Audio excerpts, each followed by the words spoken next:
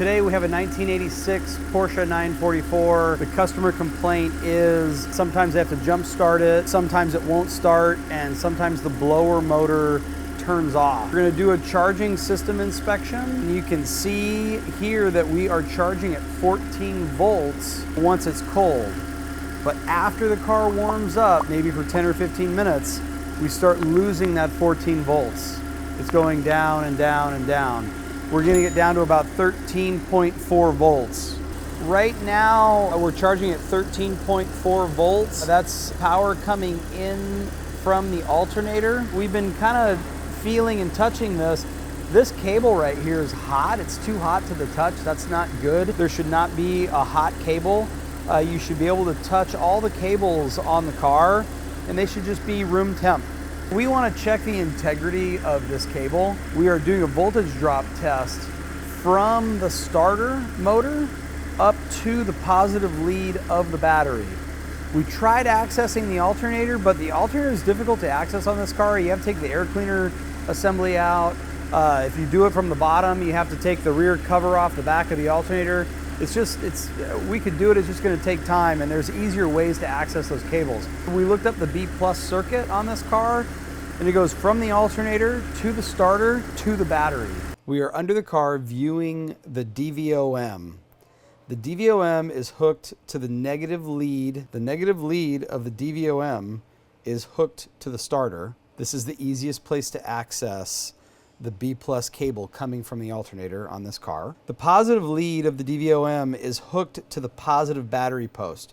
The max allowable that you can have here is 0.25 volts. You should really have like 0.1 or 0.07, 0.0 something. This car is measuring 0.7. This is a major fail.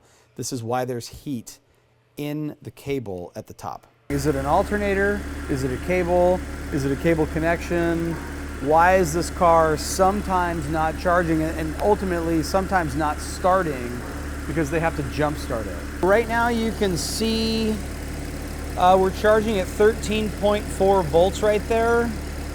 And then what I want to do is I want to go back on the cable. I'm going to pierce through the insulation of the cable just a couple inches back. And normally I would never do this, but I suspect that this cable's bad anyways. So you can see right there we're at 13.89 volts.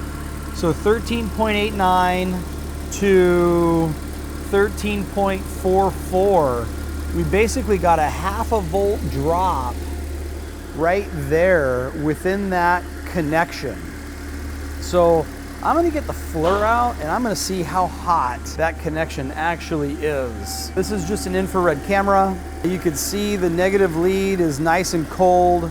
There's no color differential there on the negative lead except for maybe just barely anything, showing 93 degrees. But our positive lead has a problem. So right here, I've got 130, 135 plus. I'm going to take the insulation off the top of that and see if we can measure a higher temperature or not. Let's see what our temp is right here without any insulation on it. It's 150 degrees right now, 149, 150. That's way too hot. That cable doesn't really look that bad. There's a little tiny bit of green corrosion here and there, but I've seen way worse before. With this car losing a half a volt right there and that cable connection at 150 degrees, the first thing that we can do is we can say the alternator is good. We're not going to put an alternator in this car. This car can easily get misdiagnosed for having a bad alternator. What we're going to do is we're going to put a new cable on it. I suspect that that cable, the actual copper leads inside that cable have oxidized, and the crimp on the lead crimp is actually not connecting anymore. Even though it's tight, it's good, it looks good, you don't see any corrosion, but it's probably oxidized, which is being insulated, causing resistance, causing too much heat in that cable. So we got the new positive cable assembly on this 1986 944. It's actually a positive cable and a negative cable. That's how it comes. Before, we were starting to go 13.5 volts and less, and our positive cable was getting really hot, too hot to even touch. So I just got done driving the car for about 20 minutes, got back, it's been idling, it's hot, the front radiator fan is cycling on and off. It's actually on right now. I can feel the air from right here. I can feel the air. And we're at a solid 14 volts right now. The inside blower motor is also on. So I've got the inside blower motor on. We've got this front fan automatic is on right now, pulling heat out of the radiator. Both of these terminals are nice and cool to the touch. That's a very good sign. And we've got 14.02 volts. Just to test real quick, I'm gonna turn the blower motor off on the inside of the car. So the blower motor is off. I was just on speed 2, and you could see it gained, I don't know, 4 or 5 or 6 hundredths of a volt. The customer complaint was intermittently the car wouldn't start. And they've put a high torque starter on it. They've done all kinds of things. And also intermittently the blower motor would just turn off randomly.